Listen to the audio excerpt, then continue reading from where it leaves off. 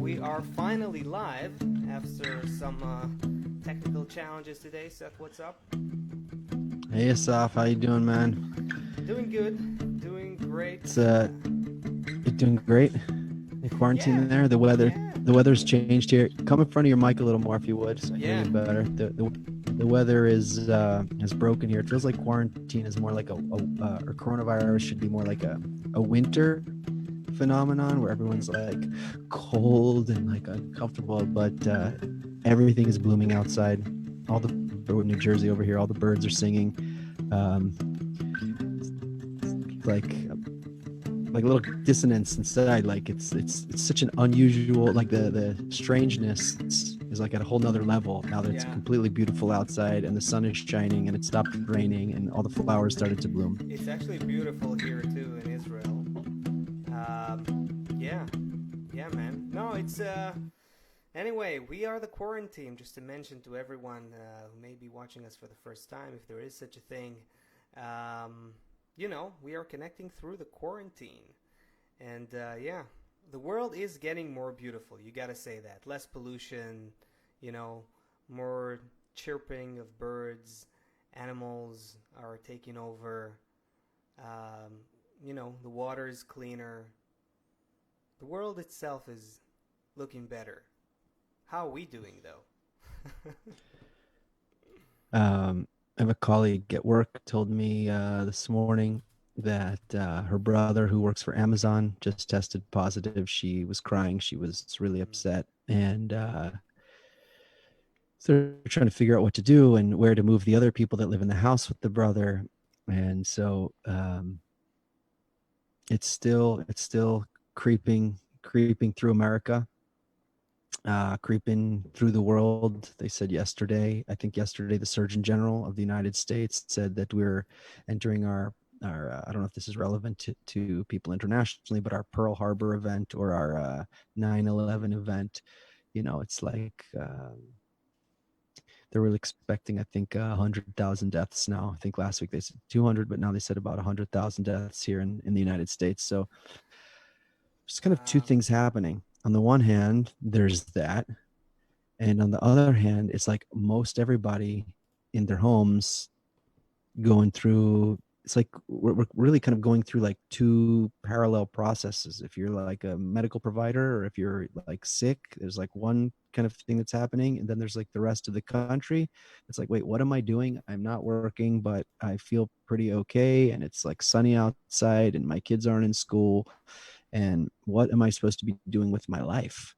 what where Yeah, like what is happening? uh what is happening? Tell you What are what, we doing? What is going on? Who's in charge? uh, I want to talk more about the psychological effects of this whole coronavirus situation on us, and also the effects on the natural world, or how the natural world affects us. And I got a few thoughts to share with you, but since we started a little later than we thought, I think we should call now our very unique guests from the country of Turkey. What do you say about Let's that? do it. Let's do it. All right. Let's do it. Okay. Do So, you want to announce our guests, or you want it to be uh, a surprise? yeah, I just sent them a link. They're a Okay. couple. They're a couple in a very unique situation, and the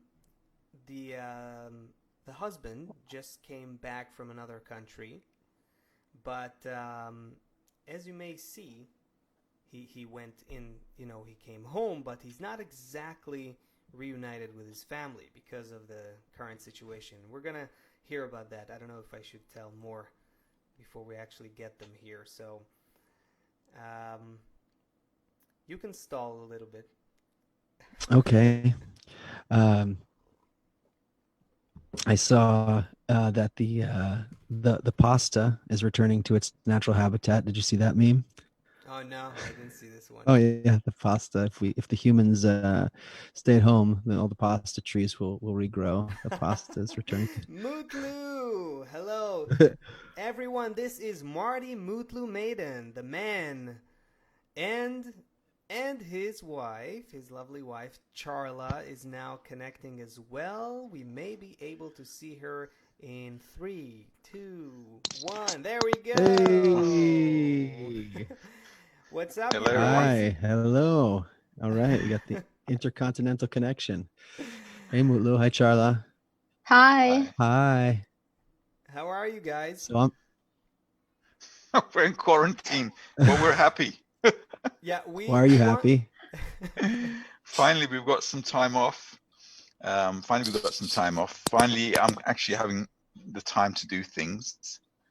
What about you, Charla? How's your quarantine going? She's actually downstairs. I'm upstairs. Yeah. We haven't. We want I an just flew in explanation. Please 2 weeks explain. ago, so we haven't gotten a chance to see each other yet. Explain. Wow. It's like being a teenager. It's That's what I Yeah. like you. Even worse. No, Well, but it's you like have to. you want to see each other, but you can't see each other. When you're an adult, if you want to see each other, you just go and see each other. But now it's Yeah. like the teenagers almost. There's some kind of Yeah. So because you came back from Turkey, from Israel to Turkey, Mutlu, right? You have to be in quarantine, and so when are you going to be? That's where you're talking to us from separate devices, right? So and separate rooms. When are you going to be reunited in the quarantine? Hopefully Wednesday. what Let's time? make it tomorrow. Actually, we can do Tuesday. I'm off Tuesday. Yes, we can do it. How are you guys planning to, enter this whole quarantine situation? It's something, We're gonna be locked together, 24/7. You also have a baby, right? Yeah. Yes. Yeah. That make it even worse, even more difficult. He's more of a monster than a baby. Don't say that. He's just so active. Hyper. Yes, hyper. Well, what we've done is actually we've planned ahead. So we've split up our days because Charla is she's a writer, so she's working on her book. So in the morning, I'm gonna deal with the little monster, and in the afternoon, she's gonna take care of the monster.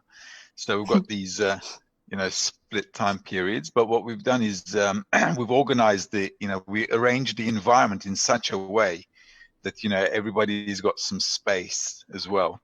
So we're just in the process this week of building a little play area on the terrace for Altan, the little baby.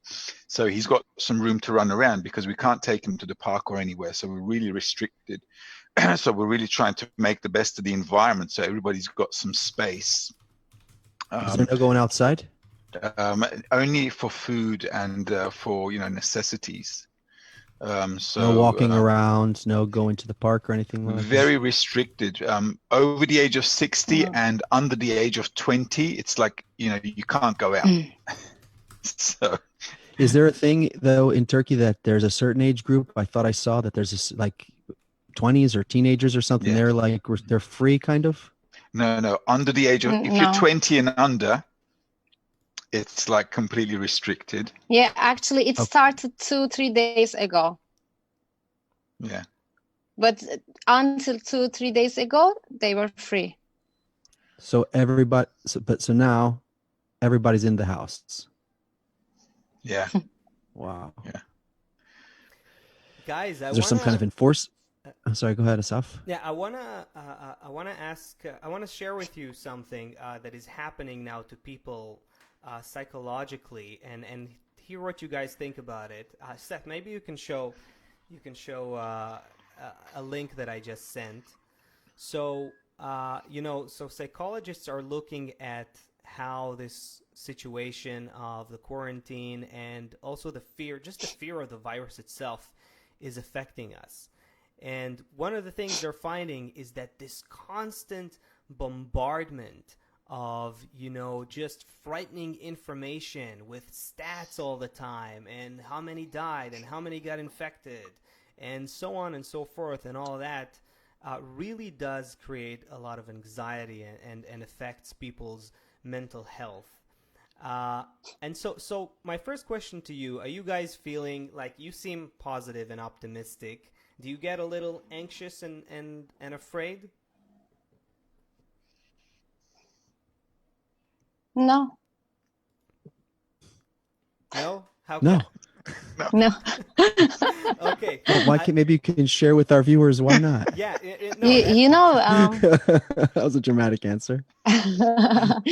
uh, what I think is, yeah, you're right. Everybody is right. We're in crazy times. Also, it's a great time to introversion, I think. You know, we can think, see what's going on around us, within us, you know, what's going on around us as a reflection. So it's time to change and make a new start, I believe. But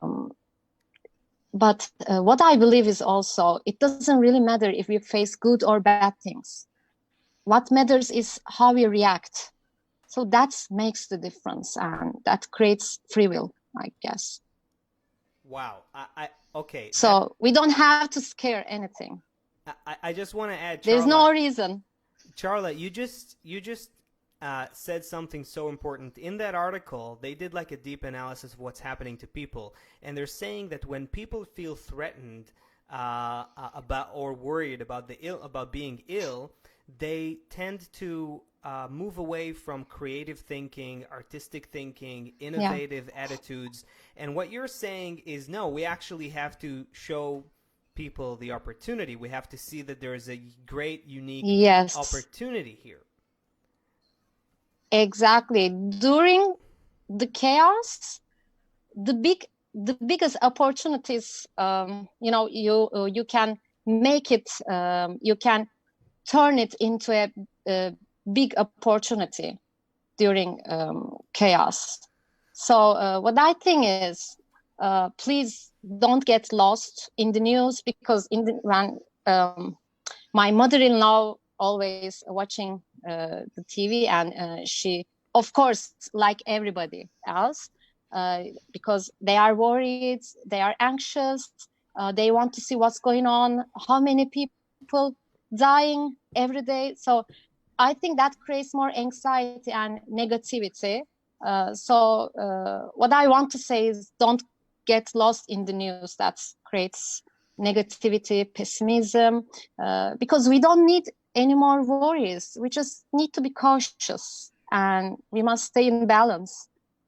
This is really what it's all about, right? Like, how do we see that this is on one side maybe a crisis, but on the other hand, it really is an opportunity. Let's do this for our viewers now. How would you convince our viewers to be as optimistic as you guys are? How do you see this as an opportunity? Charla, Mutlu, how do you hit these buttons? You can just let it go, you know, let go. You can just go with the flow, get inside, listen to yourself, and it's all about focus, you know. Don't put your focus in the outer world. Asaf, it's so dramatic listening to Charla speak, because it's like if you two were together on some beautiful beach somewhere and you're like, no, everybody, you just need to focus on what's good and everything is good. That's one thing. But here you are saying, no, there's these certain restrictions we've been given. My husband, my love, is in another room, even in the same house. I can't see him and talk to him. I'm over here in this other room with the baby. We're stuck inside of a house. We're stuck in all these restrictions. And he's also so obsessed with me.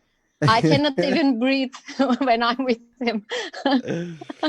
and also now you're speaking like this. It's like to hold those two things together. To me, it's almost like an explosion of possibility of what life is. Because normally, you know, you would see on Facebook or something, you know, somebody sitting on top of a mountaintop being like, you are where your thought, you know, but no, you're saying you're stuck inside of a house, inside quarantine, and saying, even here, I'm talking to our viewers now to look at you two as an example. You know what? I'm sorry. cut you off, but in our situation, I think it's nothing, because I'm still thankful for our health and safety.